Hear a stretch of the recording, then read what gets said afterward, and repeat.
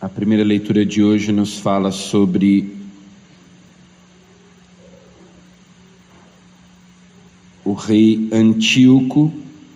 que havia dominado os judeus, que havia imposto sua falsa religião, seus falsos deuses. E a primeira leitura de hoje então fala sobre a sua ruína, como ele recebeu a notícia de que os judeus haviam resistido bravamente às suas ameaças, àquela imposição de uma cultura pagã, de como eles permaneceram fiéis a Deus, resistiram, venceram, purificaram o templo, e ele agora se vê à beira da morte. Tudo aquilo que havia planejado, embora tivesse dominado tantos povos, acumulado tantas riquezas, agora ele morre como um homem, um mortal, como outro qualquer. Então, essa leitura nos mostra que os poderes deste mundo, os homens, os governos, as instituições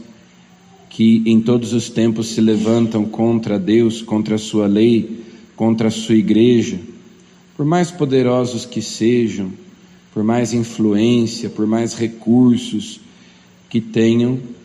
sempre sucumbem, sempre morrem, sempre passam, todos os impérios acabam. Deus, sua igreja permanecem. Às vezes parece uma luta desigual, desproporcional, como a luta entre Davi e Golias.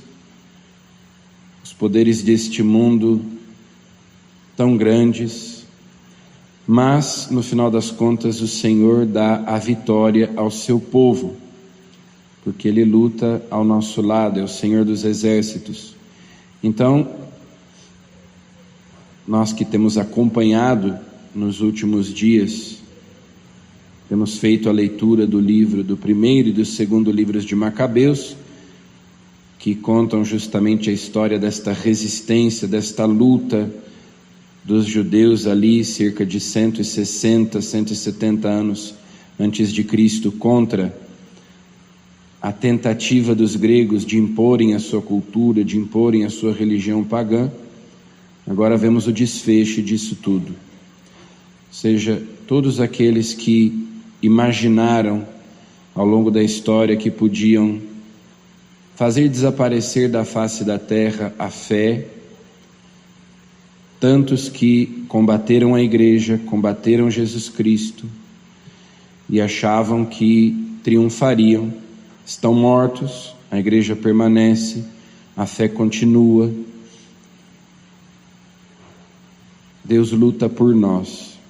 Deus luta ao nosso lado. Ele prometeu que as portas do inferno não prevaleceriam contra a sua igreja, que Ele estaria conosco todos os dias até o fim do mundo, e Ele é fiel a essa sua promessa. Depois, no Evangelho, Jesus, que agora está em Jerusalém, entrou em Jerusalém, está ali alguns dias antes da sua morte, e surgem esses embates com fariseus, com saduceus, sacerdotes, mestres da lei,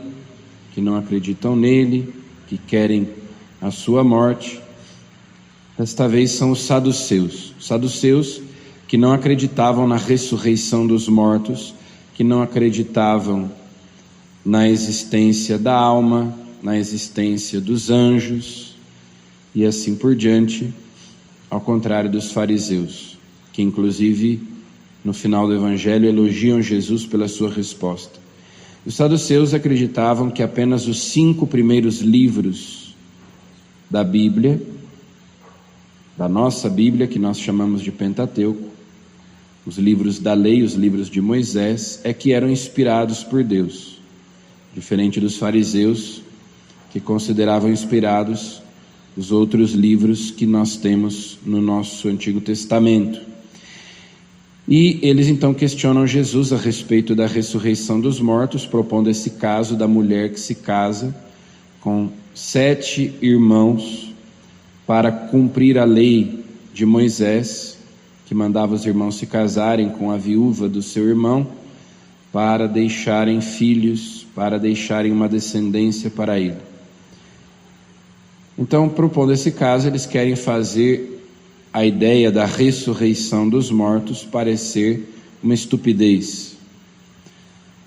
E Jesus então responde citando justamente uma passagem de um daqueles livros que eles consideravam inspirados, o livro do Êxodo, quando Deus, na passagem da sarça ardente, falando com Moisés, diz: eu sou o Deus de Abraão, o Deus de Isaque, o Deus de Jacó. Deus é Deus dos vivos e não dos mortos, pois todos vivem para Ele. Então Jesus, que está ali há poucos dias da sua morte e ressurreição, mostra para os saduceus, sustenta, baseado nas Escrituras, nas quais eles acreditavam, que há ressurreição dos mortos. Ele que vai ressuscitar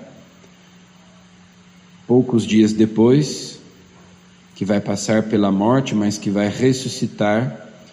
e que nos abre a esperança também da nossa ressurreição, da vida eterna, porque Ele veio para destruir o mal e a morte, veio para destruir as obras do diabo, veio para destruir o pecado e a morte, que é a sua principal consequência. Então Cristo, que vai morrer e vai ressuscitar, fala da ressurreição e nos mostra que nós também, que cremos nele, nós que vivemos para ele e não para nós mesmos, nós que permanecemos na sua graça, podemos ter a esperança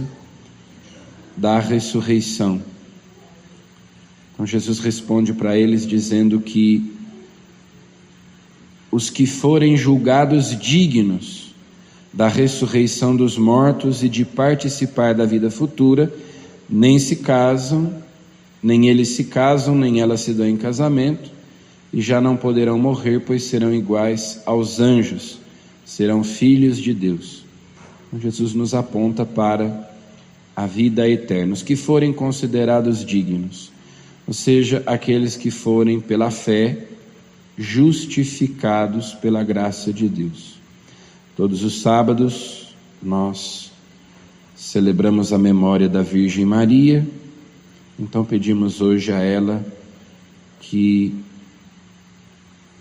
também nós tenhamos a fé, a esperança na ressurreição, na vida eterna,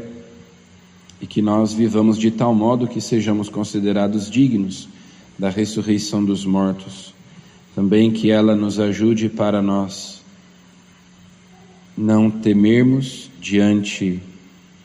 dos poderes deste mundo, não nos acovardarmos